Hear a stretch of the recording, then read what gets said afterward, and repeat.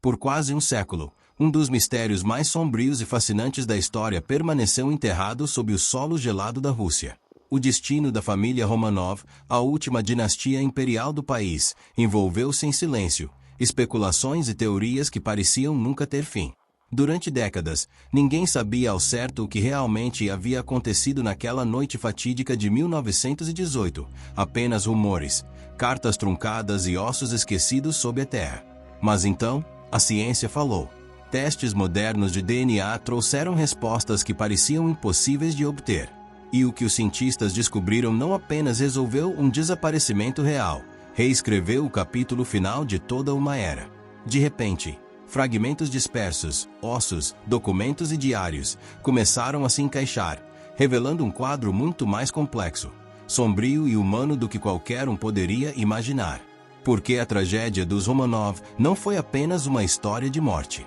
Foi uma história de poder, medo, fé e destino. E, como em toda grande tragédia, havia nela um toque de romance e mistério, algo que continuou a seduzir o mundo mesmo depois de um século. Mas o que realmente aconteceu naquela fria noite de julho de 1918, quando o eco dos tiros ecoou num porão em Ekaterimburgo? Quem ordenou? Quem sobreviveu? E o que o DNA revelou sobre os segredos que o Império tentou esconder? Prepare-se, porque o que você vai ouvir mudou para sempre a forma como o mundo enxerga a história da Rússia. E antes de continuarmos essa jornada entre o trono e a escuridão, inscreva-se no canal para não perder as próximas histórias que revelam os segredos enterrados do passado. Era uma pequena sala tomada pela luz amarelada de uma lâmpada, e nela estava reunida a última família imperial da Rússia, um núcleo que, até pouco antes, viverá entre salões e sedes de poder, mas que agora ocupava o espaço reduzido de uma prisão improvisada. O czar Nicolau II segurava nas mãos um retrato de dias que pareciam pertencer a outro mundo. Ao seu lado, a czarina Alexandra, com os traços gastos pela angústia e pelo frio, tentava mostrar serenidade às filhas Olga, Tatiana, Maria e Anastasia. E havia o pequeno Alexei, o herdeiro, frágil e pálido. A hemofilia lhe tinha tirado a robustez que um príncipe normalmente carregaria. Lá fora, a Rússia mudava. Dentro, eles esperavam, sem saber o que o destino lhes reservaria. A Revolução Russa já percorrera seu primeiro ano com violência e rupturas. O czar e sua família, antissímbolos do império, tornaram-se objetos de raiva popular. E então vieram os bolcheviques, não apenas como força política, mas como agentes de um destino que, naquela noite, apontava para um final anunciado. Levaram-nos a uma casa em Ekaterimburgo com um nome seco e burocrático, Casa de Propósito Especial. Por trás dessa formalidade escondia-se uma decisão de sombra, um lugar onde o poder revolucionário decidiria o que fazer com as figuras que agora representavam o passado.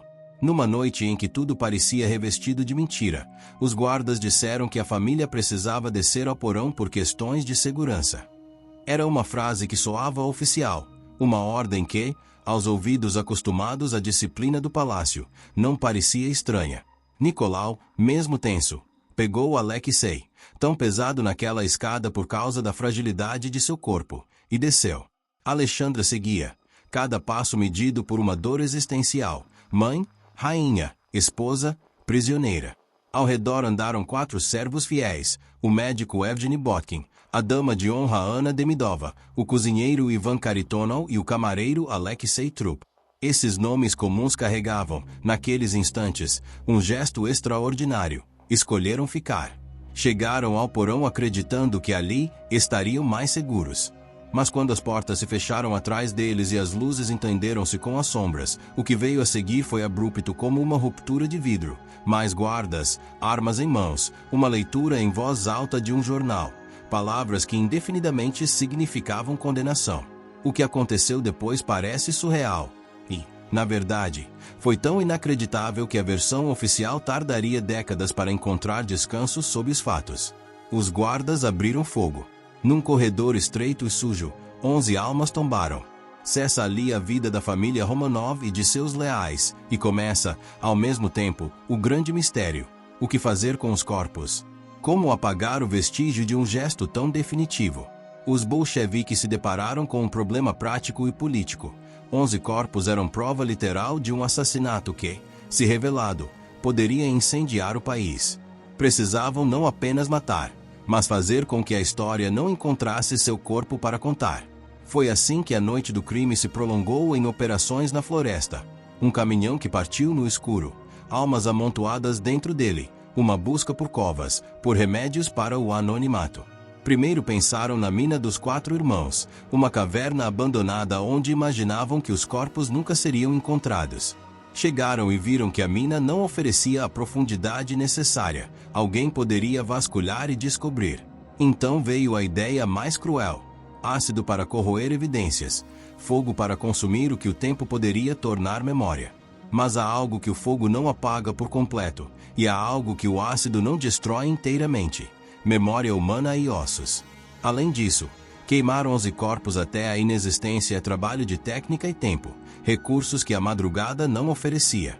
O amanhecer se aproximava, e com ele a tensão. A solução, dura e improvisada, foi separar. Escolheram enterrar 9 corpos juntos numa vala cavada na floresta. Os 2 menores, as crianças, foram dispostos em outra pequena cova, dezena de passos adiante, a cerca de 70 metros de distância. A terra cobriu o que havia sido perdido. As covas foram camufladas, o solo revolvido recomposto, e as histórias forjadas. A família fora transferida com segurança, mentira direta, manobra cúmplice para silenciar. Por anos, a floresta guardou os segredos. Mas segredos desse tamanho não conseguem permanecer inteiramente escondidos. Alguns dos homens que haviam participado do sepultamento não dormiam. O peso de suas ações corroía a garganta mais do que o medo das prisões. A memória é, por vezes, uma ferida que não fecha. Mapas rabiscados, notas em cadernos, pequenos sinais à beira da trilha. Tudo se tornava um arquivo clandestino. Mas havia um problema maior. Durante décadas o Estado soviético persistiu, e confessar era abrir portas perigosas.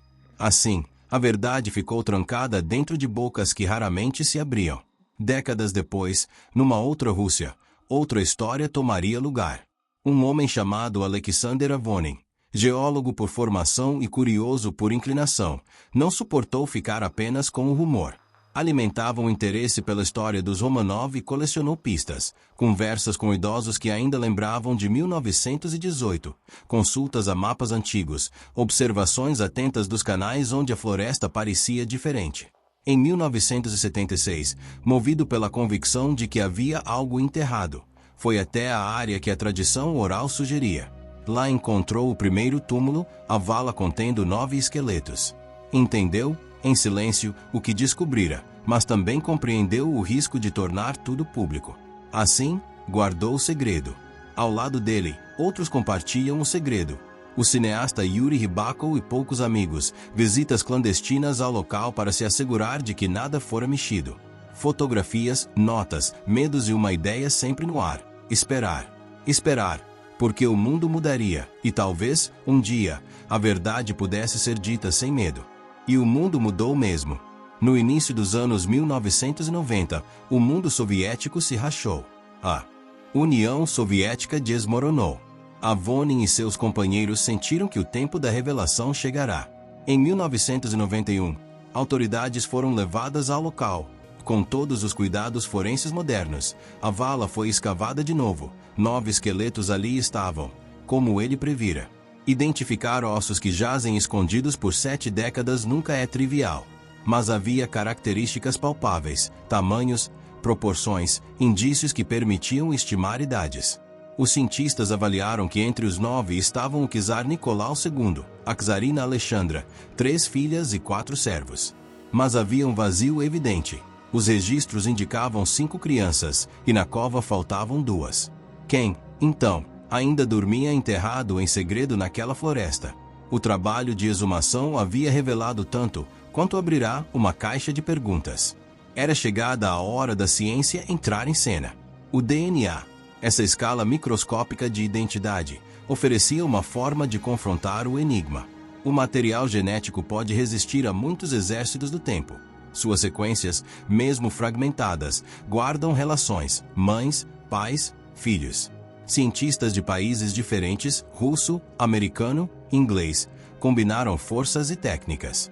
compararam o DNA dos ossos com o DNA de parentes vivos. O príncipe Philip, por exemplo, compartilha a ancestralidade materna com a czarina Alexandra. Encontrar correspondências não só reforça hipóteses, mas transforma suspeitas em provas. E a prova apareceu. A análise mostrou correspondências consistentes com as expectativas. O padrão genético mostrou, com alto grau de certeza, que aqueles ossos eram mesmo da família imperial. O próprio czar mostrou um detalhe curiosamente raro, um padrão heteroplásmico em seu DNA mitocondrial, algo corroborado pelo DNA de seu irmão. Era como se a própria árvore genealógica sussurrasse: sim, estes são eles. O país, então, poderia começar a aceitar a verdade. Os corpos haviam sido encontrados. Mas a história dos Romanov ainda não tinha entregue todas as suas peças. Os 2 corpos das crianças continuavam desaparecidos. Gerações inteiras se alimentaram de rumores sobre possibilidades. E se Anastasia tivesse escapado? E se um herdeiro tivesse sobrevivido e vivido sob outro nome? Essas histórias enrolaram-se na imaginação popular, mas a ciência não se contentou com narrativas. Ela prosseguiu. Passaram-se outros anos, expedições amadoras vinham e iam. Pistas eram seguidas e frustradas.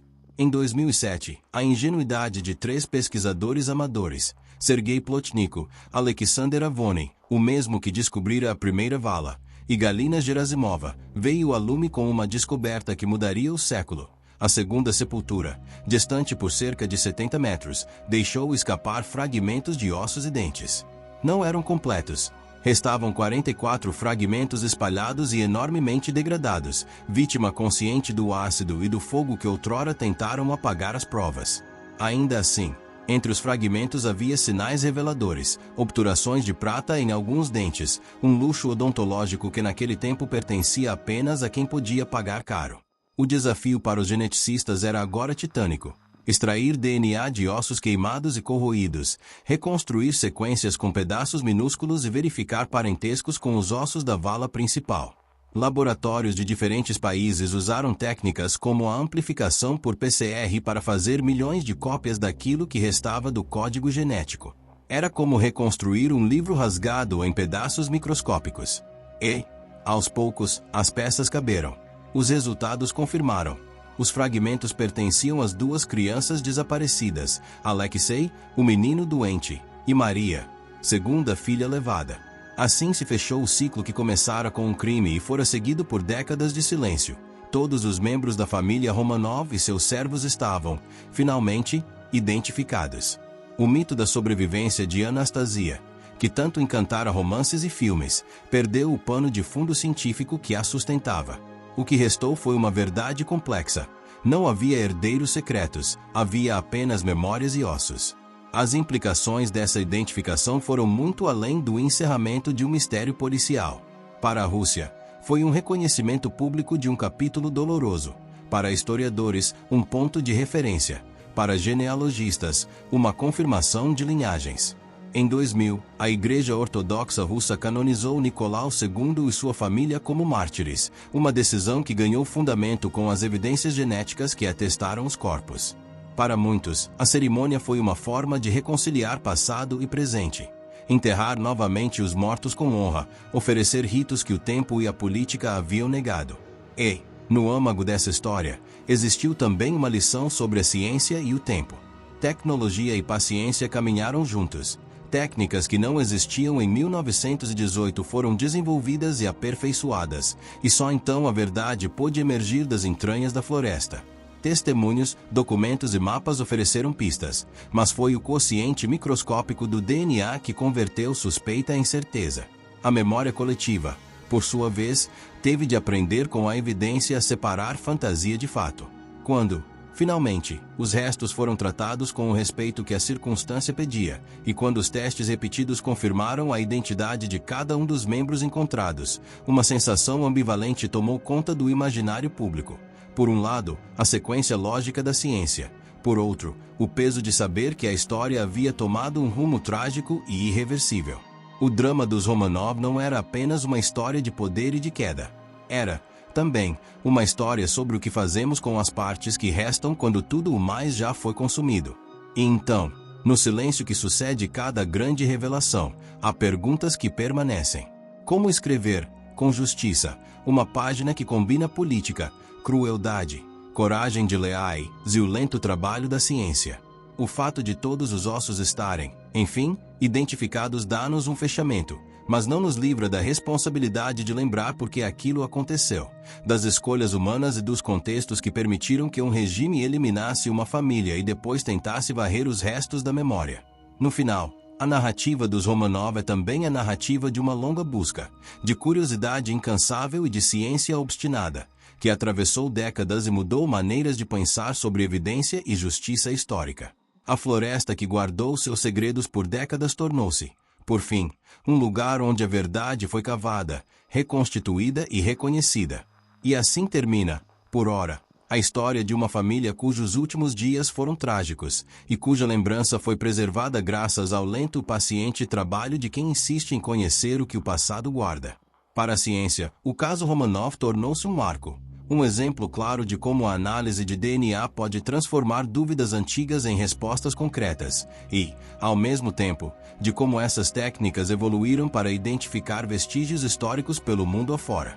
Os fragmentos desenterrados perto de Ekaterimburgo em 1991 só puderam assumir nome quando a genética forense avançou o suficiente. Estudos conduzidos na década de 1990 ligaram definitivamente os ossos ao czar Nicolau II, à czarina Alexandra e a vários membros da casa, permitindo um enterro de Estado em 1998 na Catedral de São Pedro e São Paulo, em São Petersburgo. Anos depois, a descoberta de 2007, ossadas adicionais naquele mesmo entorno, e a análise DNA que se seguiu fecharam lacunas críticas. Confirmaram que o herdeiro, Alexei, e uma das filhas também faziam parte daquele drama trágico. Essas confirmações só foram possíveis porque amostras e controles foram preservados e porque os métodos genéticos amadureceram. O caso Romanov ensinou duas lições práticas e poderosas. Primeiro, a tecnologia genética não é só uma ferramenta de laboratório, é um tradutor do passado que pode trazer nomes e histórias de volta à luz. Segundo, a preservação meticulosa de evidências faz a diferença entre um enigma eterno e uma resposta possível. Sem as amostras guardadas desde as primeiras exumações, muitas dessas ligações jamais teriam sido provadas. Hoje, a investigação genética sobre os Romanov é estudada por peritos em museus, departamentos de arqueologia e laboratórios forenses como um caso-teste de alto impacto, um lembrete de que ciência e memória caminham juntas. Que outros mistérios da história você acha que a análise de DNA poderia finalmente resolver? Partilhe a sua opinião nos comentários. E, se quiser continuar a explorar histórias onde ciência e passado se cruzam, há mais um vídeo à sua espera.